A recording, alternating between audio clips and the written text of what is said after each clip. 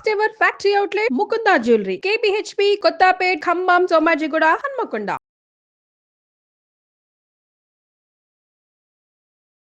అతను మాకు చెప్పింది ఏంటంటే తనకు రియల్ ఎస్టేట్ కంపెనీ ఉందని, హైదరాబాద్లో ఒక 2 హౌసెస్ ఉన్నాయి, మొత్తం ఓన్ ఇల్లు ఇట్లా మొత్తం కంప్లీట్గా చెప్పారు.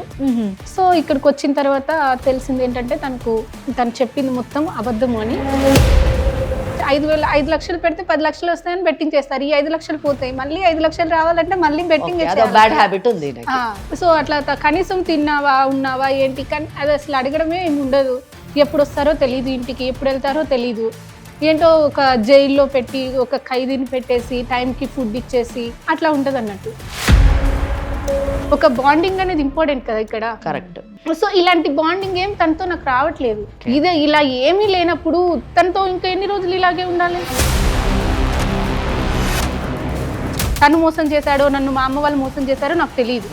నాకు కావాల్సింది మాత్రం ఖచ్చితంగా తన నుండి విడిపోవడమే కావాలి. ఇక ఈ అబద్ధమైన రిలేషన్షిప్లో నేను చచ్చినా ఉండలేను. పెళ్ళై కేవలం 6 నెలలు మాత్రమే. 6 నెలల్లోనే నువ్వు అతన్ని పూర్తిగా అర్థం చేసేసుకోవాలి, అతను నిన్ను పూర్తిగా అర్థం చేసేసుకోవాలి. లేదు కాబట్టి విడిపోతాము, నాకు అక్కర్లేదు అని చెప్పడం ఎంత మటుకు సమంజసం ఒక్కసారి ఆలోచించాము. మీరున్నటువంటి ఆర్థిక పరిస్థితుల్లో ఒక రియల్ ఎస్టేట్ కంపెనీ ఉన్న ఓనర్ వచ్చి నన్ను పెళ్లి చేసుకుంటున్నాడు, లేదా నేను రియల్ ఎస్టేట్ ఓనర్ అని చెప్తే మీరు నమ్మడం మోసపోవడమే. చెప్పాను కదా శ్వేత, నేను పనిలో ఉన్నాను చెప్పి. ఏంటి చెప్పు, త్వరగా చెప్పు. అది కాదు, కనీసం ఒక 2 మినిట్స్ మాట్లాడే టైం కూడా లేదా నీకు నాతో? లేదనే కదా, నేను పనిలో ఉన్నాను చెప్పాను కదా నీకు. చెప్పాను నీకు. ఏం 2 మినిట్స్ కూడా నాతో మాట్లాడలేవా? అయితే ఎంత బిజీ అవ్వకుండా మాత్రం ఒక 2 మినిట్స్ కూడా కేటాయించేంత లేనప్పుడు ఎందుకు మరి పెళ్లి చేసుకున్నావు నన్ను?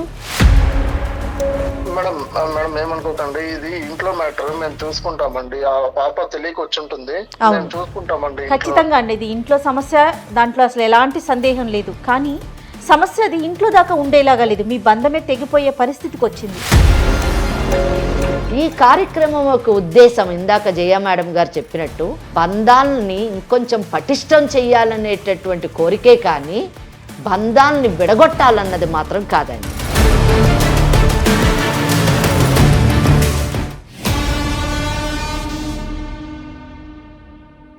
అడ్వైస్ కార్యక్రమానికి స్వాగతం. నాతో పాటు అడ్వకేట్ వెంకటేశ్వరి గారు కూడా ఉన్నారు. నమస్తే అమ్మా. నమస్తే అమ్మా. అమ్మ, శ్వేత అని ఒక అమ్మాయి మన స్టూడియో దాకా వచ్చిందమ్మా. ఓకే. మీ అడ్వైస్ కోసమని.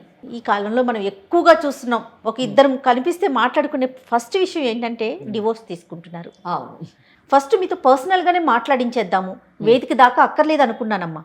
ఎందుకంటే తనకి ఫ్యామిలీ సపోర్ట్ కూడా లేదట. ఓకే. కానీ మీరు చెప్పే వివరణ, మీరు చెప్పే విధానం మిగతా ప్రేక్షకులందరికీ కూడా తెలియాలి. ఇలాంటి ఆడపిల్లలకి ఇది ఒక సమాధానంగా ఉండాలనిపించే ఎపిసోడ్ దాకా తీసుకొచ్చానమ్మా. శ్వేత కూడా పాపం దానికి అంగీకరించింది, వచ్చి కూర్చుంది మనతో పాటు. మరొకసారి తన సమస్య ఏంటి, ఎందుకు అక్కడ దాకా వెళ్ళాలనుకుంటోంది మాట్లాడదాం. మంచి పని చేశారు మీరు పిలిచి. నిజానికి మనం కౌన్సిలింగ్ ఇచ్చి జంటను కాపాడాలని నేను అనుకుంటున్నాను. అసలు కారణాలు ఏంటో తెలుసుకుందాము. శ్వేత చెప్పమ్మా, ఏ ఊరు నుంచి వచ్చావు? నమస్తే. నమస్తే అమ్మా. నా పేరు శ్వేత మ్యామ్, నా ఏజ్ 26 years. నేను వికారాబాద్ నుంచి వచ్చాను మ్యామ్. వికారాబాద్ నుంచి. ఏంటి అసలు సమస్య ఏంటి? మ్యామ్ నాకు ఒక 6 months బ్యాక్ మ్యారేజ్ అయింది మ్యామ్. ఇంట్లో చూసిన పెళ్ళి? ఇంట్లో చూసిన పెళ్ళి మ్యామ్. అరేంజ్డ్ మ్యారేజ్ చేశారు. మాది వచ్చేసి కొంచెం పూర్ ఫ్యామిలీ. ఓకే. సో కట్నం ఇవ్వలేక ఇన్ని రోజులు మ్యారేజ్ కోసం చూశారు. అంటే ఇప్పుడు ఈ రోజుల్లో ఎవరైనా సరే కట్నం లేకుండా చేసుకోరుగా మ్యామ్. సో అంత బాగా కట్నం ఇచ్చి మంచి సంబంధం చూసే అంత లేకనే చాలా సంబంధాలు కట్నం వల్లనే పోయాయి. సో ఇంకా వీళ్ళు కట్నం తక్కువైనా పర్వాలేదు అని, మాకు ఇట్లా చాలా ఆస్తి ఉంది, అమ్మాయి మంచిదైతే చాలు, వాళ్ళే వచ్చి చేసుకున్నారు మ్యామ్. నువ్వేం చదువుకున్నావు తల్లి? నాది డిగ్రీ అయిపోయింది మ్యామ్. ఓకే. నాన్నగారు ఏం చేస్తుంటారు? మీ నాన్నగారు మామూలుగా వ్యవసాయం. BCom ma'am. బీకామ్. ఓకే. ఏమైంది? 6 నెలల క్రితం పెళ్లి జరిగింది. ఏం చేస్తుంటాడు అతను? అతను మాకు చెప్పింది ఏంటంటే తనకు రియల్ ఎస్టేట్ కంపెనీ ఉందని, హైదరాబాద్లో ఒక 2 హౌసెస్ ఉన్నాయి, మొత్తం ఓన్ ఇల్లు ఇట్లా మొత్తం కంప్లీట్ గా చెప్పారు. సో ఇక్కడికి వచ్చిన తర్వాత తెలిసింది ఏంటంటే తను చెప్పింది మొత్తం అబద్ధము అని. అబద్ధం అంటే? తను ఒక రియల్ ఎస్టేట్ కంపెనీ ఓనర్ కాదు మ్యామ్. సో తను అందులో ఒక ఎంప్లాయీ కూడా కాదు. అంటే మామూలుగా ఇలా వర్క్ చేస్తారు కదా మ్యామ్, ఫ్లాట్స్ సేల్ చేస్తే కమిషన్ మీద వర్క్ చేస్తారు. Exactly ma'am. కమిషన్ మీద వర్క్ చేసేతనని తెలిసింది. సో మ్యారేజ్ పెళ్ళైనాక తెలిసింది. పెళ్ళయ్యాక అది కూడా నాకు రీసెంట్ గానే తెలిసింది మ్యామ్, ఇన్ని రోజులు తెలియలేదు. నీకే తెలిసిందా? అవును మ్యామ్. కాదు శ్వేత, ఇప్పుడు మామూలుగా ఒక సంబంధం చూసినప్పుడు ఇంట్లో వాళ్ళే చూసారు కాబట్టి అతని ఫ్యామిలీ ఏంటి, అతను ఏం పని చేస్తున్నాడు, ఎక్కడ ఉంటారు ఏంటని కొంత కాస్త ఎంక్వైరీ చేస్తారు కదా, మరి మీ పేరెంట్స్ అట్లా చేయలేకపోయారా?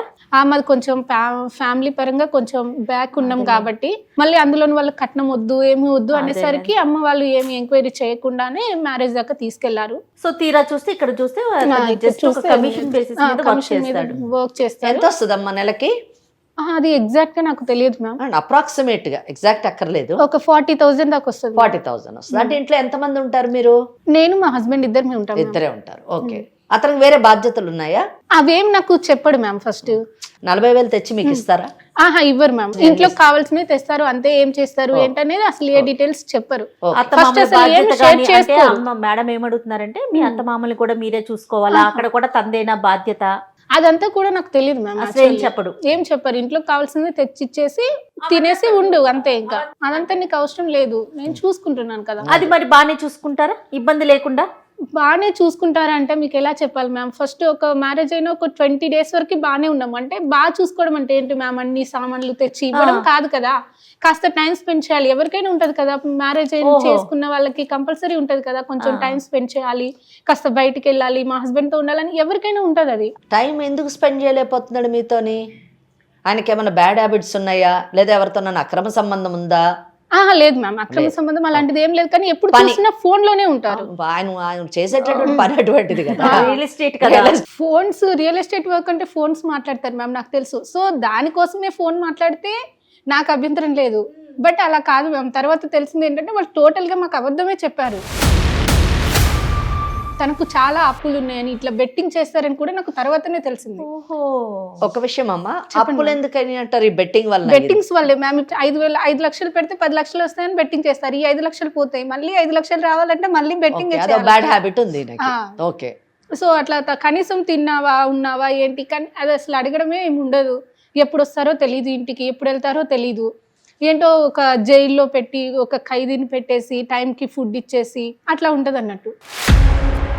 ఇట్లా బెట్టింగ్స్ కూడా చేస్తారని తర్వాత తెలిసింది మ్యామ్. సో బెట్టింగ్స్లో ఇట్లా చాలా అప్పులు ఉన్నాయని, బ్యాంక్ వాళ్ళ ఇంటికి వచ్చి ఊరికే బ్యాంక్ వాళ్ళ రికవరీ కోసం రావడం, బైక్ తీసుకెళ్తాను కట్టట్లేదు బ్యాంకు అంటే మంత్లీ ఈఎంఐస్ పే చేయట్లేదని, వేరే వాళ్ళ దగ్గర తీసుకుంటే వాళ్ళు అప్పులో వాళ్ళ ఇంటికి వచ్చి వాళ్ళు గొడవ చేయడం. సో ఇలాంటివన్నీ జరుగుతున్నాయి. మీ ఇంటికంటే ఎవరన్నా వచ్చారంటే అది అప్పులోళ్ళే. ఎగ్జాక్ట్లీ మ్యామ్, వాళ్ళ తప్ప ఇంకెవరు రారు. నువ్వు అడిగావమ్మా అసలు ఏంటి ఇదంతా చూసిన తర్వాత నాకు, అంటే నేను ఫస్ట్ స్టార్టింగ్ లో ఏమనుకున్నా మ్యామ్, సో వీళ్ళు ఇట్లా వస్తుంటే తను రియల్ ఎస్టేట్ కంపెనీ అనుకున్నాను. ఫస్ట్ నేను ఓనర్ కదా, సో ఇట్లా వీళ్ళు ఫ్లాట్స్ వాటి కోసం వస్తున్నారేమో అని అనుకున్నాను.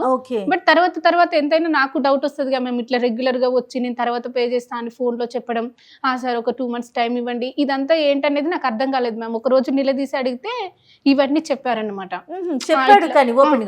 ఓపెన్ గా చెప్పాను మ్యామ్. సో నాకు ఇట్లా ఇన్ని అప్పులు ఉన్నాయి, ఇట్లా చేశాను నేను, సో వాళ్ళే వస్తున్నారు, ఇదంతా నీకు అవసరం లేదు, నేను చూసుకుంటా అంతేగా. అదే తన వర్షన్ మ్యామ్. సో ఇదంతా భరించలేక నేను 4 months తర్వాత మా ఇంటికి వెళ్ళిపోయాను, అమ్మ వాళ్ళ ఇంటికి. అమ్మ వాళ్ళ ఇంటికి వెళ్ళిపోయి అమ్మ వాళ్ళతో చెప్పాను అనమాట, అసలు కనీసం పెళ్లి సంబంధం చూసేటప్పుడు అన్ని చూసి చేసుకోరా, ఎంత పూర్ ఫ్యామిలీ అయినా ఇలాంటి వాళ్ళకి ఎట్లా ఇచ్చి చేస్తారు మీరు అని కనుక్కోవడం మీ బాధ్యతే కదా. సో నేను ఇంకా వెళ్ళను, నేను ఇక్కడే ఉంటాను అని చెప్పాను మ్యామ్. చెప్పిన తర్వాత ఒక 3-4 days తర్వాత మళ్ళీ తను అమ్మ వాళ్ళు బుద్ధి చెప్పడం, ఇట్లా చేస్తే ఊళ్ళో పరుగు పోతుంది, ఇప్పుడు ఈ పెళ్లి చేయడానికి ఇన్ని తంటాలు పడ్డావు, మళ్ళీ నువ్వు వదిలేసి వచ్చేస్తే మళ్ళీ నీకు పెళ్లి చేయాలంటే మళ్ళీ కష్టం అవుతుంది, ఫస్ట్ పెళ్లికే ఇట్లా అన్నారు, సెకండ్ మ్యారేజ్ అంటే అమ్మాయిలకి తొందరగా ఇంకా ఇబ్బందిగా మ్యామ్. సో అట్లా ఉంటది, ఊళ్ళో పరుగుపోతుంది, ఏమొద్దు అని చెప్పి ఒప్పించేసి మళ్ళీ పంపించారు మ్యామ్. నిన్ను పంపించారు. సరే ఏదైతే కొన్ని రోజులు చూద్దాం అసలు తను మారకపోతాడా అన్న ఉద్దేశంతో ఇంకా నేను కూడా వచ్చేసాను. వచ్చినప్పుడు పుట్టింటికి వెళ్ళినప్పుడు అతను ఏమైనా ఫోన్ చేశాడా? వచ్చాడు మ్యామ్, తను వచ్చి అమ్మ వాళ్ళతో చెప్పే తీసుకెళ్లారు. వచ్చిన తర్వాత కూడా సేమ్ అదే వర్షన్ మ్యామ్, ఇంకా అసలు మారలేదు.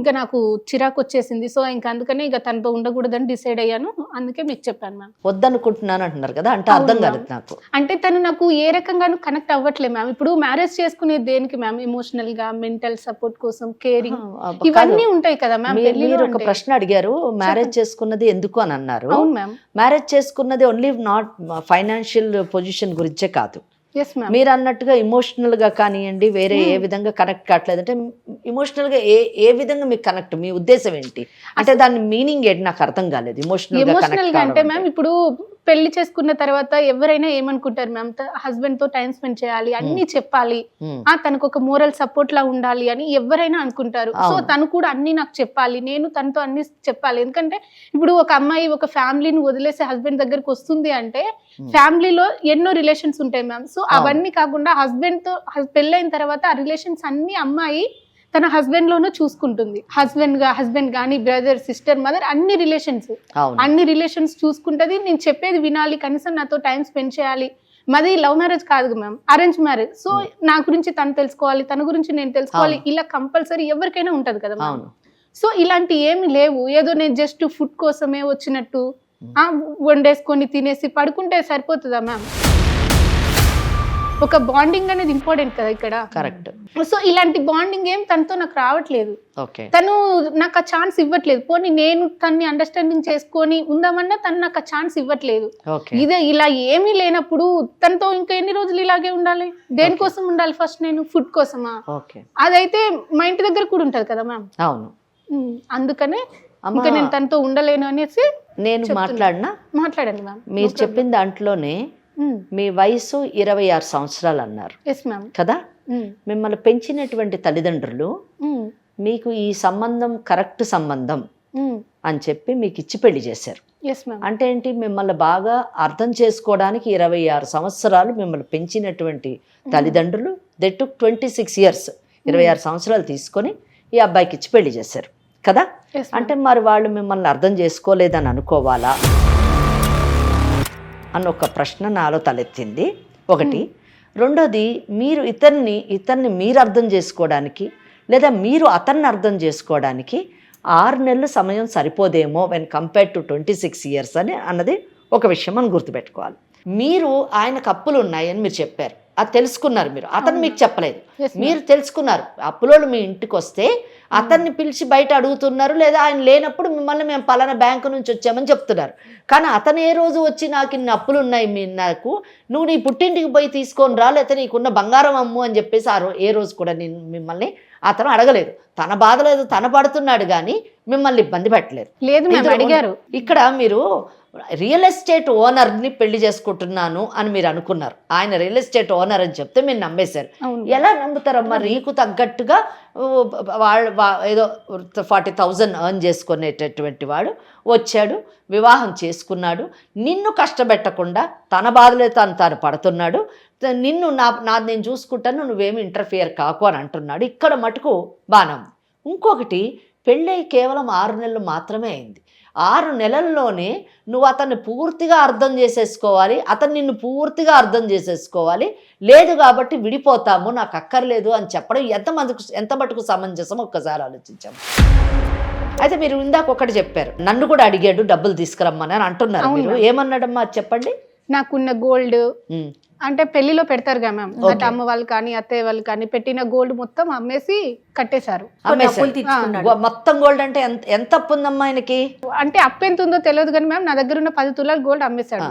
ఏమని చెప్పి తీసుకున్నాడు? అది మామూలుగా బిజినెస్ కోసం ఇట్లా కావాలి అని చెప్పారు. ఇప్పుడు ఫస్ట్ మాకు చెప్పలేదు మ్యామ్, ఫస్ట్ చెప్పిన అన్ని అబద్ధాలే. ఇట్లా అంటే నన్ను మోసం చేసినట్టేగా మ్యామ్. ఫస్ట్ ఉన్నట్టు వచ్చి మాకు ఇంతే ఉంది, నాకు 40,000 వస్తాయి, ఇవన్నీ చెప్తే మేము యాక్సెప్ట్ చేసేవాళ్ళం. నేనేదో కోటీశ్వరిని చేసుకునేదాన్ని అని కాదు కదా మ్యామ్. అంటే నా ఫ్యామిలీ ఏంటో నాకు తెలుసు, మేము ఏ సిచ్యువేషన్ లో ఉన్నామో తెలుసు. సో అన్ని తెలిసి నేను కోట్లున్నని చేసుకోవాలని ఏ అమ్మాయి అనుకోదు కదా మ్యామ్. సో 40,000 కోట్లున్న అమ్మాయిని చేసుకోవాలని ప్రతి అమ్మాయి కలగంట తప్పలేదు. అది సో నా సిచ్యువేషన్ నాకు తెలుసు కదా. కానీ మీ విషయంలో నేను అనేది, నేను కూడా మీతో ఏకీభవిస్తున్నాను. ఏమనంటే మీరు మోసపోయారు అన్నది ఫస్ట్ స్టెప్ నేనే చెప్తున్నాను. ఏ విషయంలో? మీరున్నటువంటి ఆర్థిక పరిస్థితుల్లో ఒక రియల్ ఎస్టేట్ కంపెనీ ఉన్న ఓనర్ వచ్చి నన్ను పెళ్లి చేసుకుంటున్నాడు, లేదా ఆయన నేను రియల్ ఎస్టేట్ ఓనర్ అని చెప్తే మీరు నమ్మడం మోసపోవడమే. అంతే కదా, ఆయన మోసం చేయడం, మీరు మోసపోవడం. నేనే చెప్తున్నా అదే అంటున్నారు మేడం కూడా. కానీ దాని అర్థము మీకు ఒక రియల్ ఎస్టేట్ ఓనర్ వచ్చి పెళ్లి చేసుకోకూడదని కాదమ్మా. మీ అదృష్టం బాగుంటే అటువంటి వాళ్ళు కూడా వచ్చి రావచ్చు, రాకూడదని లేదు.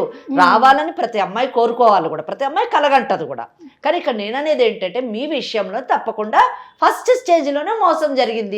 Exactly ma'am. అది అమ్మ వాళ్ళు కరెక్ట్ గా ఎంక్వైరీ చేయకపోవడం, మా పెళ్లికి ఎక్కువ గ్యాప్ లేకపోవడం, తొందరగా జరగడం వల్ల నేను కూడా నాకు ఆలోచించుకునే టైం లేకపోయింది మ్యామ్. ఎందుకంటే అప్పటికి నాకు 25 years అట్లా వచ్చాయి మ్యామ్.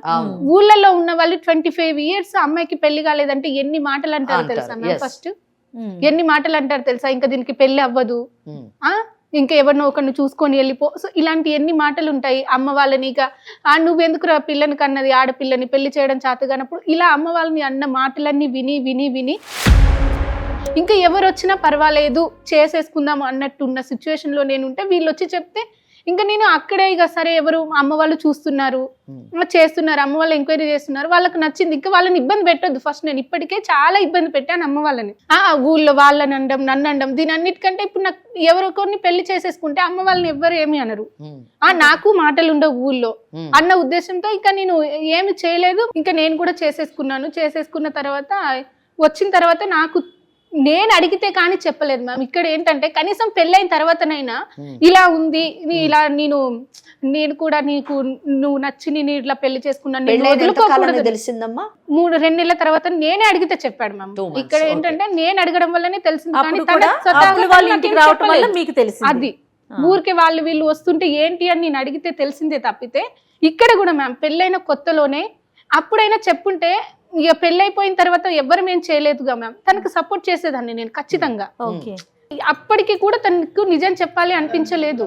ఇలా పెళ్ళి అయితే ఇలా అయింది మ్యామ్. సో ఇంకా ఇప్పుడు ఏంటంటే తను నాకేమి చెప్పకుండా మోసం చేశాడు. మరి అమ్మ వాళ్ళు మోసపోయారు, అమ్మ వాళ్ళు తెలుసుకోకపోవడం అమ్మ వాళ్ళది తప్పు, అమ్మ వాళ్ళు చెప్పింది గుడ్డిగా నమ్మి మోసపోవడం నా తప్పు. తను మోసం చేశాడో నన్ను మా అమ్మ వాళ్ళు మోసం చేశారో నాకు తెలియదు. నాకు కావాల్సింది మాత్రం ఖచ్చితంగా తన నుండి విడిపోవడమే కావాలి. ఇక ఈ అబద్ధమైన రిలేషన్షిప్ లో నేను చచ్చినా ఉండలేను. ఓకే అమ్మా. ఇప్పుడు ఒక విషయము, సరే మీరు చెప్పిందంతా నేను మీతో పూర్తిగా ఎక్కిపోయిస్తున్నా. నిజం చెప్పాలంటే మీరు చెప్పిన ప్రతి పాయింట్ కూడా ప్రతిదీ కరెక్ట్ అమ్మా. కానీ నేను ఒక్కటే అడగాలనుకుంటున్నాను మిమ్మల్ని, చెప్పండి మీ భవిష్యత్ ఏంటి? ఆ భవిష్యత్తు కోసమే అదేనమ్మా, విడిపోతారు, విడిపోయారు అనుకుందాం, తర్వాత నెక్స్ట్ స్టెప్ ఏంటమ్మా? I don't know ma'am. నిజంగా తెలియదు మ్యామ్, తెలియదు, అగమ్య గోచరం. ఎగ్జాక్ట్ కదా. ప్రస్తుతానికైతే ఈ బంధం నుంచి బయటపడే తర్వాత సంగతి. ఈరోజు సమాజంలోని శ్వేత లాంటి చాలా మంది జీవితంలోని జరిగేటటువంటి విషయాలే ఇవి. ఇది కాకపోతే ఇంకొక విధంగా ఏదో విధంగా వైవాహిక బంధంలోని ఆటుపోట్లు ఉంటూనే ఉన్నాయి. కానీ ఆటుపోట్లు కష్టాలు వేరువేరుగా ఉండొచ్చుగాక, కానీ నిర్ణయాలు మాత్రం అందరూ ఇదే నిర్ణయం తీసుకుంటున్నారు. అందరి నిర్ణయం ఒకటే, మేము ఈ పెళ్ళి అనే బంధంలో ఉండము, బయటకు వస్తాము, విడాకులు తీసుకుంటాము. ఇది ప్రతి ఒక్కరి నిర్ణయం. ఇక్కడ 3 points. కష్టాలన్నది కామన్. ప్రతి వైవాహిక బంధంలోని చిన్నో పెద్దో ఇటో అటో ఏదో ఒక నేచర్లోని కష్టం ఉంటుంది, అది కామన్. సెకండ్ థింగ్, అటువంటి కష్టంలో ఉన్నటువంటి వైవాహిక బంధంలో ఉన్న ప్రతి పార్టీ, ప్రతి వ్యక్తి విడాకులే సరైన పరిష్కారం అన్నది కామన్ డెసిషన్ ఈరోజు సమాజంలో. ఇంకా మూడోది తర్వాత ఏంటి అంటే మాకు తెలియదు, ఇది కూడా కామనే. నేను మోసపోయాము అని చెప్తున్నారు చూసారా, అక్కడ మటుకు నేను ఏకీభవిస్తున్నాను. సెకండ్ థర్డ్ ఏంటి అనే విషయానికి వచ్చినప్పుడు నేను ఈ ఎపిసోడ్ చూసినటువంటి ప్రతి పేరెంట్కి నేను ఏం చెప్పాలనుకుంటున్నానంటే, ముందు మీ పిల్లల్ని తమ కాళ్ళ మీద తమ నిలబడగలిగే స్థాయిలోకి తయారు చేయండి. ఇప్పుడు ఒక దెబ్బ తగిలితే కాలు కట్ చేసేయండి, దానికి మందు వేసుకుంటాం కదా, మందు వేసుకుని ఆ మందును ఆ దెబ్బను రూపుమాపడానికి ప్రయత్నిస్తాం, కానీ కాళ్ళనే పోగొట్టుకోం. ఇది కూడా అంతే, జీవితంలో ఒక దెబ్బ తగిలింది, ఆ దెబ్బని ఎలా సరి చేసుకుంటామో చూసుకోవాలి, కానీ జీవితాన్నే పాడు చేసుకుంటే ఏంటండి, అది పరిష్కారం కాదుగా. అమ్మమ్మ ఇక్కడ ఇంకొక చిన్న మీ మాట అడ్డు తగులుతుందని అనుకోవద్దు. నిజంగా కాలుని తీసేయాలా, మందేస్తే సరిపోతుందా? శ్వేతతో మాత్రమే మనం మాట్లాడాం కదా, ఒక్కసారి మీరు అవకాశం ఇస్తే ఆ అబ్బాయితో నేను కూడా అదే చెప్పాలి. అప్పుడు మీరు చెప్పినట్టు మీరు ఎలాంటి నిర్ణయం అంటే దానికి ఏకీభవిద్దాం. ఏమ్మా శ్వేత, ఓకేనా మరి నీకు? ఇప్పుడు మేడం ఒకసారి మేడము నేను కలిపి కూడా మీ హస్బెండ్ తో మాట్లాడతాం, తన ఒపీనియన్ ఏంటో తీసుకుంటాం. కానీ ఫైనల్ గా ఆవిడ ఏం చెప్తే దానికి మరి నువ్వు అంగీకరించాలి. మాట్లాడుకున్నప్పుడు అవును కదా ఇది సమంజసం ఆ, అని మీకు అనిపించినప్పుడు అతనికి కౌన్సిలింగ్ చేస్తాము. మీరు కూడా విన్న తర్వాత అవును కదా అనే ఆలోచన మీకు కలిగితే డెఫినెట్ గా అంగీకరించండి. సరే ఓకేనా? సరే మేడం. రైట్. మరి కాల్ చేస్తారా మీరు ఒకసారి అతనికి? చేస్తాను మ్యామ్. ఓకే. హలో హలో, చెప్పు శ్వేత. ఎక్కడున్నారు? పనిలో ఉన్నాను. చెప్పు శ్వేత. ఏంటి ఏంటి నేను కాల్ చేస్తున్నావు? ఒక 2 minutes మాట్లాడవచ్చా? చెప్పాను కదా శ్వేత, నేను పనిలో ఉన్నాను చెప్పి. ఏంటి చెప్పు, త్వరగా చెప్పు. అది కాదు, కనీసం ఒక 2 minutes మాట్లాడే టైం కూడా లేదా నీకు నాతో? లేదనే కదా నేను పనిలో ఉన్నాను చెప్పాను కదా నీకు. ఎన్నిసార్లు చెప్పాను నీకు?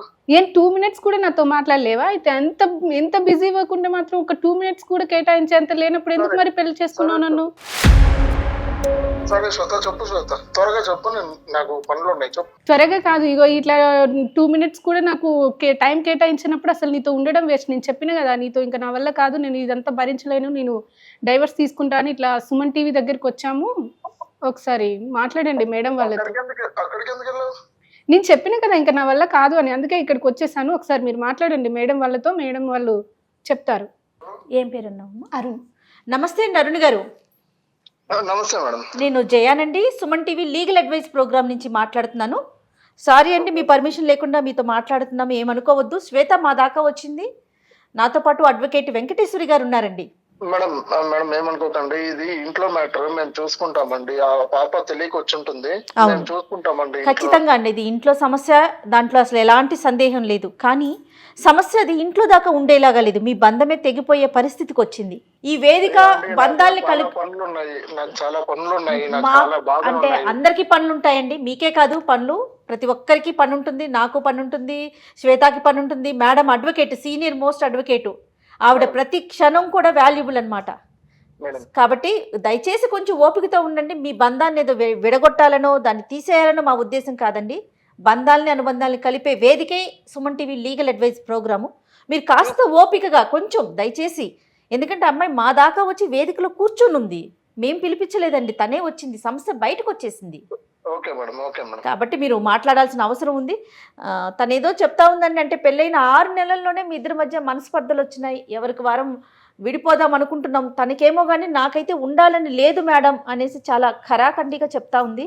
అసలు సమస్య ఏంటో తెలుసుకోవచ్చండి. మేడం మనస్పర్ధలు అంటూ ఏం లేదు మేడం, నాకు చాలా ప్రాబ్లమ్స్ ఉన్నాయి మేడం చెప్పాలంటే. ప్రాబ్లమ్స్ అంటే ఎట్లా అండి? మనస్పర్ధలు అంటూ తనకి నాకు ఏ మనస్పర్ధలు లేవు. నాకు చాలా ప్రెషర్స్ ఉన్నాయి, ఆఫీస్ నుంచి చాలా ప్రెషర్స్ ఉన్నాయి. నేను అవన్నీ షేర్ చేసుకుంటే ఇంట్లో తను ఫీల్ అవుతుంది, నేను బాధపడాల్సి వస్తుంది తనని చూసి. సో అది నేను అన్ని షేర్ చేసుకోదలుచుకోలేదు తనతో. ఓకే. సో తనని బాధ పెట్టాలని అస్సలు లేదు నాకు. ఓకే. అది అండి. అంటే ఇప్పుడు తను చెప్పడం, మీకు రియల్ ఎస్టేట్ కంపెనీ ఉందని చెప్పి ముందు పెళ్లికి ఒప్పుకోవటం జరిగింది. తీరా నేను వస్తే తను రియల్ ఎస్టేట్ కంపెనీలో ఒక ఏజెంట్గా మాత్రమే పనిచేస్తున్నాడు, చాలా అప్పులు ఉన్నాయి, నాతో ఒక్క నిమిషం కూడా స్పెండ్ చేయలేకపోతున్నాడు, ఇలాంటి రిలేషన్ అవసరమా నాకు అని అనిపిస్తోందని అంటోందండి శ్వేత. తన వర్షన్ అయితే ఆ విధంగానే ఉంది. అవునండి, నేను చెప్పింది నిజమే, కానీ నాకు రియల్ ఎస్టేట్ కంపెనీ కాదండి. నేను నా జాబ్ పర్పస్ ఏంటంటే నేను జస్ట్ ఎవరన్నా వస్తే బ్రోకర్ వైజ్ టైప్ నేను సైట్ చూపించి నేను అమ్మిపిస్తానండి. అమ్మిపించే దాంట్లో నాకు మంత్లీ ఒక 40,000 శాలరీ వస్తుందండి. ఓకే. ఓకే. అంటే ఇన్ని అమ్మితే ఇంత అట్లా కాదండి, మీకు ఫిక్స్డ్ శాలరీ కింద పే చేస్తున్నారా? కమిషన్ కింద ఫిక్స్డ్ శాలరీ అండి, నాకు 40,000 ఫిక్స్డ్ శాలరీ. ఓకే. మరి సరే, శాలరీ బాగుంది 40,000, మరి అప్పులు ఎన్ని ఉన్నాయండి? మేడం అవి నేను బయట చెప్పుకోదలుచుకోలేదు. ఎందుకు అంటే మీరు పదే అదే మాట అంటున్నారండి. చెప్పుకోవాల్సిన పరిస్థితి వచ్చేసింది. ఒక అడ్వకేట్ ముందు కూర్చొని ఉందండి మీ వైఫ్, మీరు సమస్యను చాలా చిన్నగా చూసుకుంటున్నారు.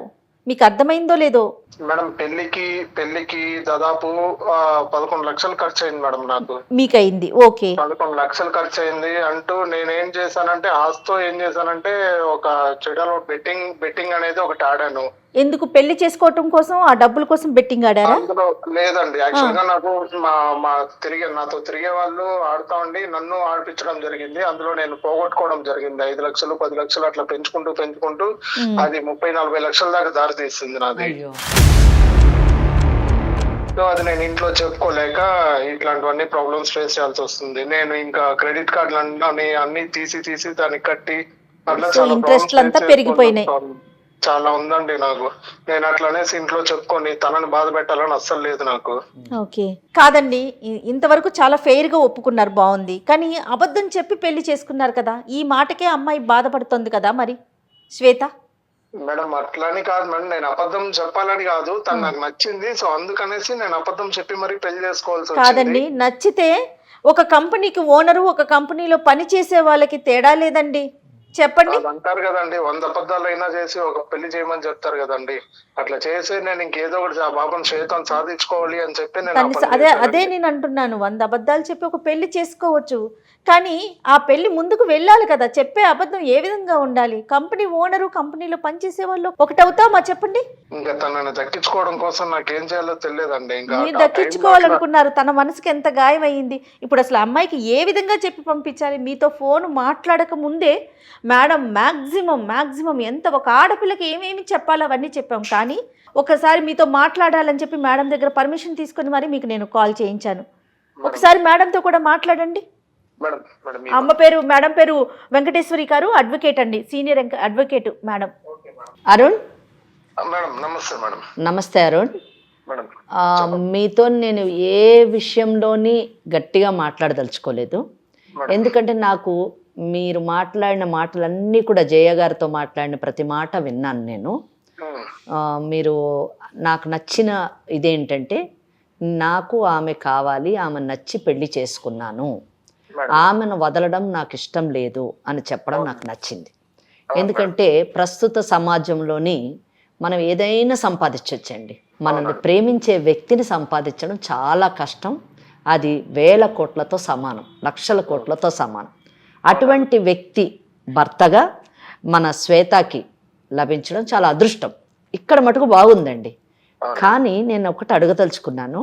ఈ అమ్మాయి మా దగ్గరికి వచ్చి, శ్వేత, నేను ఈ వ్యక్తితో నేను ఉండలేను, ఎందుకంటే అప్పులు పాలైపోయినటువంటి ఈ వ్యక్తి గురించి అప్పులోళ్ళు రోజు ఇంటికి వస్తున్నారు, వచ్చి మా సంగతి ఏంటి అని అడుగుతూ ఉన్నారు. దానికి కూడా నాకు బాధ లేదు. నన్ను మోసం చేసి పెళ్లి చేసుకున్నారు ఫస్ట్ పాయింట్. కనీసం ఇప్పుడు కూడా ఇమోషనల్గా ఆయన నాకు కనెక్ట్ కాలేదు. అంటే కనీసం తన కష్టసుఖాలు నాతో పంచుకోవట్లేదు. నాకు ఆయన అప్పులు ఉన్నాయి, నాకు ఈ బాధలు ఉన్నాయి అని కనీసం నాకు చెప్పను కూడా లేదు. కేవలం నన్ను ఒక మరమనిషిలాగా తిండి పెడితే సరిపోతుందా? నాకు కావలసినటువంటి మానసికపరమైనటువంటి ఆనందము, నాకు నా భర్త ఉన్నాడు, కష్టసుఖాలు నేను పంచుకోగలను, ఇతనే నాకు అన్ని విధాల అన్ని బంధాలు ఇతనే అని అనుకునేటటువంటి భావన నాతో కలగనప్పుడు ఆయన ఎందుకు అని అడిగింది. నిజం చెప్పాలంటే మీ ఇద్దరు పర్సనాలిటీస్, మీ ఇద్దరు వ్యక్తిత్వాలు కూడా నిజంగా చాలా గొప్ప వ్యక్తిత్వాలు. ఎంత గొప్ప విషయం. ఆ అమ్మాయి, ఆ శ్వేత భార్య, నాకు 1000 కోట్లు ఇచ్చేటటువంటి భర్త లేడండి, నన్ను ఒక రియల్ ఎస్టేట్ కంపెనీ ఉందని చెప్పి మోసం చేసి పెళ్లి చేసుకున్నాడు, ఆయన రియల్ ఎస్టేట్ కంపెనీ లేదు కాబట్టి వదిలేస్తాను అని అనట్లేదు. కారణం ఏం చెప్తుందంటే, ఇమోషనల్గా నేను నాకు కనెక్ట్ కాలేదు ఇతను, మానసికంగా ఇతను అంటే ఆత్మబంధం ఏర్పడలేదు అని అంటుంది. ఎంత గొప్ప విషయం అండి, ఎంత పెద్ద మాట అది. నిజానికి దానికి అసలు డెఫినేషన్ చాలా కష్టం చెప్పడం, నిర్వచించడం. సోల్మేట్ కావాలి అని అనడం చాలా గొప్ప విషయం. అటువంటి వాడు కాదు నా భర్త అని చెప్పడం ఆమెది. మీరేమో నాకు ఇష్టమైనటువంటి అమ్మాయిని చేసుకున్నాను, ఆ అమ్మాయిని కష్టపెట్టకూడదు, నా కష్టాలు ఏదో నేనే పడాలి, ఆమెను వదులుకోవడం నాకు ఇష్టం లేదు అని చెప్పడం మీరు పెద్ద మనసుతోని మాట్లాడటం. శ్వేత వచ్చి మా ముందు కూర్చొని నేను వదులుకోవాలనుకుంటున్నాను, విడాకులు తీసుకోవాలనుకుంటున్నాను అంటే, ఏ అడ్వకేట్ కానివ్వండి, ఏ కార్యక్రమం నిర్వహించేటటువంటి సంస్థలు కానివ్వండి విడగొడతారు చెప్పండి. మరి ఎందుకు ఈ మాట అంటున్నానంటే, అరుణ్, మీరు ఫస్ట్ జయ మేడంతో మాట్లాడేటప్పుడు ఒక మాట అన్నారండి. ఏమన్నారంటే, మేడం ఇది మా ఫ్యామిలీ ప్రాబ్లం, మీరు ఇంటర్ఫియర్ కావద్దు, మీరు వదిలిపెట్టి పంపించేయండి ఆమెని అని అన్నారు. ఏమండి, మేము సాధారణంగా ఇటువంటి కార్యక్రమాల్లో కూర్చున్నప్పుడు ప్రతి వ్యక్తి, ప్రతి మగవాడు ఇదే మాట మాట్లాడుతున్నారండి. బయట కూడా మేము ఇదే ఫేస్ చేస్తూ ఉంటామండి. ఫ్యామిలీ కోర్ట్స్లోని పార్టీలు అడ్వకేట్ రెస్పాన్సిబుల్ అని అంటారండి. ఒకటి మీరు మనసులోంచి తీసేయండి, మైండ్లోంచి కూడా తీసేయండి. ఈ కార్యక్రమం చూసేటటువంటి వాళ్ళకు కూడా చెప్తున్నాను, ఈ కార్యక్రమం యొక్క ఉద్దేశం ఇందాక జయ మేడం గారు చెప్పినట్టు బంధాలని ఇంకొంచెం పటిష్టం చెయ్యాలనేటటువంటి కోరికే కానీ బంధాలని విడగొట్టాలన్నది మాత్రం కాదండి. వీలైనంత మటుకు ఈ కార్యక్రమంలోని మేము విడిపోతాము అనుకున్న జంటల్ని కలపాలనుకుంటాం, కానీ విడిపోవడానికి వీలు లేని పటిష్టంగా ఉన్న బంధాలని విడగొట్టాలి అని మాత్రం అనుకోమండి. దయచేసి అర్థం చేసుకోండి అరుణ్, మిమ్మల్ని కూడా కలపాలనే ఉద్దేశంతోనే మీకు ఫోన్ కలపమని చెప్పాము. మిమ్మల్ని కలపాలి అంటే ఆ అమ్మాయిని నేను కన్విన్స్ చేయాలంటే నేను కానివ్వండి, జయ గారు కానివ్వండి, నాకు ఒక్క డౌట్, ఒక్కటి మాకు అడ్డొస్తుందండి. మీరు ఫస్ట్ 2 బెట్టింగ్ అనేటటువంటి వ్యసనాన్ని వదిలేశారా లేదా, వదిలేటటువంటి అవకాశం ఉందా లేదా, ఫస్ట్ థింగ్. సెకండ్ డౌట్, మీకున్నటువంటి 40 లక్షల అప్పుని ఎలా తీరుస్తారు, 40,000 జీతంతోని ఎలా తీరుస్తారు. రెండోది, అన్లెస్ అండ్ అంటిల్ మీకు ఈ అప్పులు అనేటటువంటి బాధల నుంచి మీరు బయటపడితేనే కానీ మీ భార్యను మీరు ఎంత ప్రేమిస్తున్నారు అన్నది మీరు ప్రకటించలేరు, మీరు చూపించలేరు. ఎందుకంటే మీకు ఈ టెన్షన్స్ ఎక్కువైపోయి మీరు ఆమెతోని ఇమోషనల్గా కనెక్ట్ కాలేకపోతున్నారని నేను అనుకుంటున్నాను. కనుక ఈ 3 ప్రశ్నలకి నాకు కరెక్ట్ సమాధానం వస్తే ఆ సమాధానాలు నిజానికి శ్వేతాన్ని కూడా కన్విన్స్ చేస్తాయి. శ్వేత లాగా జీవితాన్ని అంత ప్రాక్టికల్గా అంత లాజికల్గా చూసినటువంటి అమ్మాయిలు చాలా అరుదు. అటువంటి అరుదైన అమ్మాయిల్లోని మీ భార్య ఒకరండి. వయసు చాలా తక్కువ, వయసు 26 సంవత్సరాలు. సో తప్పకుండా మీ యొక్క మాటలు కన్విన్సింగ్గా ఉంటాయి, మీ సమాధానాలు నిజానికి కన్విన్సింగ్ ఉంటే తప్పకుండా ఆమె కూడా తన జీవితాన్ని మీతో కొనసాగిస్తుందని అనుకుంటున్నాను. ఈ 3టికి నాకు సమాధానం చెప్పండి. మేడం, ఒకటి మేడం, నాకు ఇన్ని అప్పులున్నా తనతో ఏది చెప్పుకోలేదు, తన ఇబ్బంది పెట్టాలని కాదు. ఇంకొకటి, తన మనసు ఎక్కడ బాధపడుతుందో ఇంకెవరన్నా వచ్చి తనని అడుగుతారో అని చెప్పి నేను ఇంతవరకు ఏది షేర్ చేసుకోలేదు. చాలా గొప్ప విషయం అండి ఇది నిజానికి. తనని ఇష్టపడి పెళ్లి చేసుకున్నా కాబట్టి తనకి ఏది చెప్పకూడదు అనుకున్నా. ఎందుకు అంటే రేపనే రోజు తనకి ఏ ఇబ్బంది రాకూడదు అని చెప్పి నేను ఆలోచించడం జరిగింది మేడం. చాలా సంతోషం అండి అది. సో బెట్టింగ్ ఎందుకు ఆడానంటే, ఇంకా మా ఫ్రెండ్స్ ఇంకా బయట తిరుగుతూ ఉంటాము, అట్లా నాకు ఫ్రెండ్స్ కొంచెం ఉన్నారు. సో వాళ్ళు ఏంటంటే ఇంకా ఆడుతూ ఉంటారు ఫోన్ లో, ఏదేదో బెట్టింగ్ లో ఆడతారు. సో దాని త్రూ నాకు ఇంకా వాళ్ళు ఆశ పెట్టడం వల్ల నాకు స్టార్టింగ్ ఆడానండి. నేను 2,000 పెట్టి ఆడితే అది ఒక 9,000 అట్లా వచ్చింది. సో అది ఇంకేం చేసేది, ఇంకా ఎక్కువ వస్తుంది కదా అని చెప్పి నేను దాంట్లో దిగడం జరిగింది. సో అది వస్తా ఉంది, అమౌంట్ పెట్టడము రావడము అది జరుగుతూనే ఉంది. సో ఒకేసారి నేను ఏం చేశానంటే 5 లక్షలు 10 లక్షలు పెట్టేశారు. నా దగ్గర ఉన్న మనీ అంతా పెట్టడం జరిగింది. 5 లక్షలు 6 లక్షలు. అవును, దాని వల్ల నష్టపోతామన్న విషయాన్ని మీరు తెలుసుకున్నారా లేదా? ఇంకా నాకు ఇప్పుడు తెలుసుకున్న లాభం లేకుండా పోతుంది మేడం. అంటే ఏంటి, మీరు ఇంకా ఇన్వెస్ట్ చేయాలని అనుకుంటున్నారా? అలాగా ఇన్వెస్ట్ చేసే కూడా నా దగ్గర డబ్బులు లేదు మేడం. సరే, రేపటి రోజు మళ్ళీ చాలా డబ్బు వస్తుంది అనుకుందాము. ఈ బెట్టింగ్ ని మీరు కంటిన్యూ చేస్తారా అండి? తను నాతో ఉంటాను, సంతోషంగా ఉంటాను అంటే అదన్నీ వదిలేసి తనతో ఉండగలుగుతాను మేడం. ఓకే, సరే. చాలా ఇబ్బందులు ఉన్నాయి మేడం. అవును, మరి అదే ఆ అప్పులు ఎలా తీరుతాయి చెప్పండి. అది అదే మేడం, నాకు తలకాయ నొప్పి, అది పెద్ద తలకాయ నొప్పి అయిపోయింది. అదే మరి ఎలాగ, మరి ఈ 40 లక్షల అప్పులు మీరు ఎలా తీరుస్తారు? ఆమెతో మీరు ఎలా సంతోషంగా ఉండగలుగుతారు? మేడం, ఒకటి మేడం, నా భార్య 10 తులాల బంగారు తన దగ్గర నేను సపోర్ట్ గా, నాకు వేరే బిజినెస్ ఉంది, ఆ బిజినెస్ లో ఇన్వెస్ట్ చేస్తానని చెప్పి తీసుకోవడం జరిగింది. ఓకే, కానీ మీకు ఏ బిజినెస్ లేదు? అదే ఏది మన ఆ బెట్టింగ్ బిజినెస్. చెప్పారు. 7 లక్షలు క్లియర్ చేయడం జరిగింది. 7 అంటే ఇంకా 33 లక్షలు ఉంది. 33 లక్షలు ఉంది మేడం. ఇంకా నేను ఏమనుకుంటున్నానంటే, ఇంకా ఫైనల్ గా తనతో కూడా చెప్పి, ఊరు దగ్గర ఒక ల్యాండ్ ఉంది మేడం ఒకటి. ఓకే, ఎంత వస్తుంది? అది 32 lakhs, 30 lakhs వస్తుంది మేడం అది అమ్మితే. ఓకే, నేనేమనుకుంటున్నా అంటే, ఇంకా తనతో చెప్పి ఇంకా ల్యాండ్ అంతా అమ్మేసి ఇంకా ఫైనల్ గా సెటిల్ మొత్తం కట్టేసి ప్రశాంతంగా తనతో జీవిద్దామని అనుకుంటున్నాను. ఎగ్జాక్ట్, ఇది కరెక్ట్ సొల్యూషన్ అండి. ఇంకా నేను యాక్చువల్ గా ఇంకేమీ చేయలేను మేడం. ఇంకా నేను 40,000 జీతం తీసుకుంటూ నేను ఇది కట్టుకుంటూ నా భార్యను పోషించుకుంటూ నేను ఇన్ని బాధలు పడి ఇన్ని చేసుకోలేను కదా మేడం. అది అమ్మేసి నేను ప్రశాంతంగా ఇంక ఉద్యోగం చేసుకోవాలని అనుకుంటాను మేడం. అది బెస్ట్ అండి. ఎమోషనల్ గా సపోర్ట్ కావాలి మేడం. తప్పకుండా నేను మాట్లాడతానండి. నేను జయ మేడం ఇద్దరం మాట్లాడి మనం శ్వేతాన్ని కన్విన్స్ చేద్దాం. కానీ ఇది కరెక్ట్ డెసిషన్ అండి. ఆస్తులు మీరు మంచిగా ఉండి ఇద్దరు చక్కగా, ఆమె కూడా ఉద్యోగం చేసుకోవచ్చండి. ఊరికి ఇంట్లో ఉండే బదులు చదువుకున్న అమ్మాయి, ఆ అమ్మాయి కూడా ఉద్యోగం చేసి మీరిద్దరు చన్నీళ్ళకి వేడి నీళ్ళు తోడన్నట్టుగా ఇద్దరు సంపాదించుకొని హ్యాపీగా ముందుకు సేవ్ చేసుకోవచ్చు. మీరు మీ జీవితాన్ని జీవించవచ్చు, సంతోషంగా ఉండొచ్చు. బాగుంటే 4 డబ్బులు సంపాదించుకుంటే ఇట్లాంటి ఆస్తులు ఎన్నన్నా కొనుక్కోవచ్చండి ఇద్దరు సపోర్టివ్గా ఉంటే. కనుక మీరు ఫస్ట్ ఆ పని చెయ్యండి. మీరు అది అమ్మేసి ఆ అప్పులు తీర్చేసి మీరు ఈ ఉద్యోగం చేసుకుంటూ ఈ 40,000 ప్లస్ ఇంకా ఏమన్నా అడిషనల్ వర్క్ ఇంకా మనం చేయగలిగితే మీరు చేసుకుంటూ, అలాగే ఆ అమ్మాయి కూడా ఏదన్నా ఉద్యోగం చేసేటట్టు మాట్లాడతాం మేము, ఆమె కూడా ఉద్యోగం చేసుకుంటూ మీరిద్దరూ కలిసి ముందుకు జీవితాన్ని కొనసాగిస్తే బాగుంటుంది. కానీ ఇంత చిన్న వయసులో ఆమె 26 ఏళ్ళ వయసు, మీకు 28 30 ఏళ్ళో ఉండొచ్చు, మీరిద్దరూ పెళ్ళై కేవలం 6 నెలలు అయింది, విడిపోవాలని అనుకోవడం చాలా దురదృష్టకరమైనటువంటి విషయం. అటువంటి నిర్ణయాలు తీసుకోవద్దండి. మీరు తప్పకుండా కలిసి మంచిగా ఉండాలని నేను కోరుకుంటున్నాను. మీరు ఫస్ట్ ఆ అప్పు మాత్రం తీర్చాలండి. ఎందుకంటే యూజువలీ అప్పు బాధ ఉన్నవాళ్ళు అందులోంచి బయటపడకపోతే దాని నెట్ రిజల్ట్ ప్రాణమే కోల్పోవడం అండి. అప్పుడు ఆ అమ్మాయి ఏం చేస్తుంది చెప్పండి మీరే. నేను అనుభవించేది అదే అండి. అంతే. ఇంకా నాకు నా వల్ల కాదండి, ఇంకా నాకు ఓపిక కూడా లేదు. ఇంకా ఓకే ఓకే, ఇంకా చేసి ఇంకా అది అమ్మేసి ఇంకా తనతో సంతోషంగా జీవిద్దామని నేను అనుకుంటున్నానండి. వెరీ గుడ్ అరుణ్, వెరీ మంచి నిర్ణయం తీసుకున్నారు. మీరు ముందు అది ప్రొసీడ్ అవ్వండి. ఒక నిమిషం లైన్ లో ఉండండి. ఒక్క నిమిషం, మీరు శ్వేతతో మాట్లాడండి అమ్మ. శ్వేత విన్నావు కదా మీరు.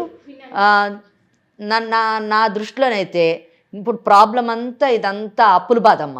ఆ అప్పుల వలన ఆ అప్పులు చేశాడు, దాన్ని ఒకటికోటి ఆ బెట్టింగ్తో తీర్చుకోవాలనుకున్నాడు ఆయన. ఇంకోటి ఒక్క మంచి ఇది గమనించాలి, నువ్వు నిన్ను పెళ్లి చేసుకోవడానికి అంటే ఆ పెళ్లికి అయ్యేటటువంటి ఖర్చులు 11 లక్షలు. ఆ 11 లక్షల నుంచి స్టార్ట్ అయ్యింది.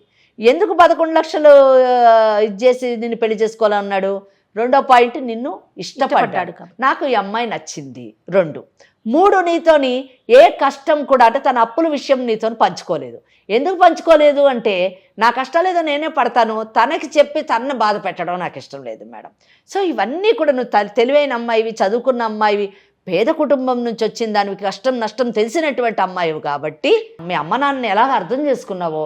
ఇప్పుడు ఉన్నవాళ్ళు తల్లిదండ్రులు పిల్లలకి ఎన్నో లగ్జరీస్ ఇస్తారు, ఎంతో గొప్ప జీవితాన్ని ఇస్తారు. 10 రూపాయల దగ్గర 100 రూపాయలు ఖర్చు పెడతారు. లేని తల్లిదండ్రులు తక్కువ ఇచ్చినా కానీ ప్రేమతో ఇస్తారు. బిడ్డలు అర్థం చేసుకుంటారు ఆ కుటుంబాలను. అలాగే నువ్వు కూడా అలా అర్థం చేసుకుని పెరిగినటువంటి అమ్మాయివి కాబట్టి నువ్వే చెప్పావు పెళ్ళైన తర్వాత భర్తే అన్నీ అని అన్నావు. కాబట్టి ఈ భర్తను కూడా నువ్వు అర్థం చేసుకుంటావని నేను అనుకుంటున్నాను. ఆయన కాన్సన్ట్రేషన్ మొత్తం కూడా నువ్వంటే ఇష్టపడ్డావు. మెయిన్ థింగ్ నువ్వు కష్టపడకుండా ఉండాలి. నీకు తన కష్టాలు చెప్పి నేను బాధ పెట్టడం ఇష్టం లేదు, అన్నిటికంటే నేను వదులుకోవడం ఇష్టం లేదు. ఈరోజు ఏం కన్క్లూషన్కి వచ్చాడంటే ఆ భూమిని అమ్మేసి అప్పులు తీర్చేసి నా భార్యతో నేను బాగుంటాను అని అంటున్నాడు. దీనికి నువ్వేమంటావు చెప్పండి. ఇటువంటి భర్తలు లభించడం చాలా కష్టం అమ్మ. ఎందుకంటే డైవర్స్ తీసుకుంటాను మేడం అని అన్నావు. పెళ్ళయి 6 నెలలు అయిందమ్మా. 6 నెలలు అవ్వగానే ఇమీడియట్గా డైవర్స్ వచ్చేటటువంటి అవకాశం లేదు. పెళ్ళైన 1 సంవత్సరం మటుకు విడాకులు కేసు వేయడానికి లేదు. సో నువ్వు ఇంకొక 6 నెలలు వెయిట్ చేయాలి. విడాకులకు వేసిన తర్వాత కింద కోర్టులోనూ 3-4 ఏళ్ళు అవుతుంది. ఆ తర్వాత హైకోర్టులోనూ 10 ఏళ్ళు అవుతుంది, 15 ఏళ్ళు, నీకు 26 ఏళ్ళు, 40 ఏళ్ళు వస్తుంది. అప్పుడు ఎలా చెప్పండి? 40 ఏళ్ళకి నువ్వు చేసేదేముంది? 26 ఏళ్ళు వచ్చేయి పెళ్లి కాలేదని ఊరోళ్ళు అంటారని చెప్పేసి మా అమ్మా నాన్న పెళ్లి చేశారన్నావు. మరి మొగుడిని వదిలేసి వచ్చింది అని అదే ఊరోళ్ళు అంటారు కదా. అప్పుడు మీ అమ్మ నాన్న పరిస్థితి ఏంటి? రెండోది, ప్రతి ఒక్కళ్ళకి మనకు కోర్టు ఉంది, మనకు చట్టం ఉంది కనుక మనం విడాకులు తీసుకోవచ్చు అని ప్రతి ఒక్కళ్ళు అనుకుంటారు. తప్పమ్మ. హిందూ వివాహ చట్టం ప్రకారము విడాకులు తీసుకోవాలంటే కొన్ని గ్రౌండ్స్, కొన్ని కారణాలని హిందూ వివాహ చట్టం చెప్పింది. ఆ కారణాల్లోని మీ కేసు పడితేనే మీరు విడాకులు వస్తుందమ్మా. ఆ కారణాల్లోని నా భర్తకు ఆర్థిక పరిస్థితి సరిగ్గా లేదు కాబట్టి నేను విడాకులు ఇస్తానంటే అది లేదమ్మా. కనుక వద్దు, ఆ ఆలోచన పక్కన పెట్టేసాయి. నీ భర్త మంచోడు, మంచి భర్త లభించాడు. ఆ మంచి భర్తలో ఉన్నటువంటి చిన్న తప్పుల్ని, నేరాలు నన్ను తప్పుల్ని సరిదిద్దుకో, మార్చుకో. అతనికి నీ ప్రేమతోని అతన్ని నీ వైపు తిప్పుకొని, ఆయనే ప్రేమ గలవాడు, అతన్ని మార్చుకొని అతనికి సజెషన్స్ ఇవ్వు. నీ తెలివితేటలు, మంచి తెలివైన అమ్మాయివి, చక్కగా ఆర్థికంగా ఇద్దరు ఎలా ఎదగాలో నువ్వు అతనికి గైడ్ చేయి, ట్రైన్ చేయి, ఆయన కౌన్సిలింగ్ చేయి, అతనికి సపోర్ట్గా, మారల్ సపోర్ట్గా ఉండు, అతనికి అండగా ఉండు. నిలబడి మీ ఇద్దరు ఒక మంచి కుటుంబంగా మారి భవిష్యత్తులో బాగుండాలని నేను కోరుకుంటున్నానమ్మా. నువ్వేమంటావు? నేను ఇక్కడికి వచ్చిందే తను నాతో బాగుండాలి అని, బాగుండట్లేదనేది వచ్చాను. ఏదో తనకి అప్పులు ఉన్నాయనో లేకపోతే ఏమున్నాయనో కాదుగా మ్యామ్. సో తను బాగుంటా అంటే ఇంకా నాకు ఇబ్బంది ఏముంటుంది? నాకు చాలా సంతోషంగా ఉంది. అరుణ్ విన్నావా? మరి చూడారు, నువ్వు మాకు థ్యాంక్స్ చెప్పాలి. ఏమన్నావు నువ్వు? మా ఇంటి కుటుంబం మీరెందుకు మేడం అని జయ మేడంతో అన్నావు నువ్వు. తప్పకుండా మేడం, సంతోషం madam. I'm really sorry madam. Sorry కాదు కానీ అమ్మ చెప్పినట్టు కానీ కాదు, చక్కగా హ్యాపీగా సంతోషంగా ఉండండి అమ్మా, అదే చాలు మాకు. మా కోరిక అదే అరుణ్. భవిష్యత్తులో మీ పిల్లలకి మంచి తల్లిదండ్రులుగా మారాలని కోరుకుంటున్నాను అరుణ్. All the best. మీకు మా దగ్గర 2 ఫ్లాట్స్ ఉన్నాయి మేడం. మీ ఆయన చాలా తెలివైన ఆయన. ఉంటే 2 ఫ్లాట్లు ఉన్నాయి మేడం. మీరు మమ్మల్ని కలిపినారు కాబట్టి మీకు తక్కువకి అట్లా ఏమైనా చేసి మాట్లాడి చేయిస్తాను మేడం. మీకు ఒకటి ఫ్రీ ఇస్తే తీసుకుంటాం. 2 ఉన్నాయి అన్నారు కదా మీరు. ఈ వెంచర్లనేమో నేను అందులో ఒకటి తీసుకుంటా, ఇంకోటి ఫ్రీగా ఇవ్వండి.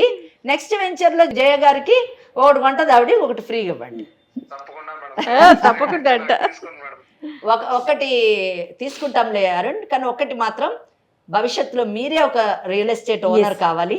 మీరు వెంచర్ వేయండి, థ్యాంక్ యూ సో మచ్. మేము తప్పకుండా ఆ వెంచర్ Support చేస్తాం. కొనుక్కుంటాం. జయ మేడం ప్రమోట్ చేస్తారు దాన్ని.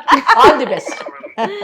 రైట్ ఏదో జయ మేడం కి సారీ చెప్పండి, థ్యాంక్స్ చెప్పండి. చాలా చాలా నేను చెప్పలేను కానీ చాలా సంతోషం ఉంది మేడం. మీరు మాకు కూడా అరుణ్ చాలా కేసెస్ మేడంతో కలిపి కూర్చుంటాను నేను కూడా. చాలా వరకు చాలా క్రిటికల్గా అనిపిస్తూ ఉంటాయి, కానీ చాలా ఎంత తొందరగా సార్ట్ అవుట్ అవటం, అట్లనే శ్వేత కూడా అర్థం చేసుకోవటం. ఇంకొక విషయం చెప్తాను నేను. మేడం కూడా ఈ పాయింట్ టచ్ చేయలేదు. ప్రేమ అనేది మనసులో దాచుకుంటే కనిపించదమ్మా, బయటికి చూపించాలి. అమ్మాయి అయినా అబ్బాయి అయినా. భార్య అదే ఎక్స్పెక్ట్ చేస్తుంది, భర్త కూడా అదే ఎక్స్పెక్ట్ చేస్తాడు. సో ఇద్దరు వైపు ఉన్న ప్రేమని ఎక్స్ప్రెస్ చేయండి, అప్పుడు ఆ జీవితం చాలా బాగుంటుంది. ఓకే, మేడం చెప్పిన సజెషన్స్ అన్ని తీసుకోండి. ఇది ఓన్లీ ఫోన్ కాలో అని అనుకోకండి, ఓకేనా? దాన్ని పాటించండి. All the best. Sorry madam. It's okay. మాట అనేసాను నేను. పర్వాలేదు. Sorry madam. It's okay. నా భార్య నాకు అన్నీ మేడం. అంతే. ఇదిగో శ్వేత ఇంటికి వచ్చేసేమని చెప్పండి. శ్వేత, చెప్పండి. ఐఎమ్ రియల్లీ సారీ శ్వేత, నిజంగా సారీ. నా తప్పు నాకు తెలిసింది. నేను బాగా చూసుకుంటాను శ్వేత. ప్లీజ్ ఇంటికి వచ్చేసే శ్వేత, ప్లీజ్. సరే అండి, మీకు కూడా సారీ. ఓకే అండి, బాయ్. బాయ్ శ్వేత, బాయ్. బాయ్. చాలా సంతోషం అమ్మా, చాలా సంతోషంగా అనిపించింది. ఒక మంచి విషయం మాట్లాడుకునే అవకాశం వచ్చింది మనకి. అవునండి, అది మీ ద్వారా, మీ కార్యక్రమం ద్వారా, మన కార్యక్రమం ద్వారా, సుమన్ ఏర్పాటు చేసినటువంటి లీగల్ అడ్వైజ్ అనే కార్యక్రమం ద్వారా ఇన్ని కుటుంబాలని మనం కలుపుతున్నాం. అంతకు మించిన ఆనందం ఇంకోట్లేదు. సంతోషం అమ్మా. నమస్తే.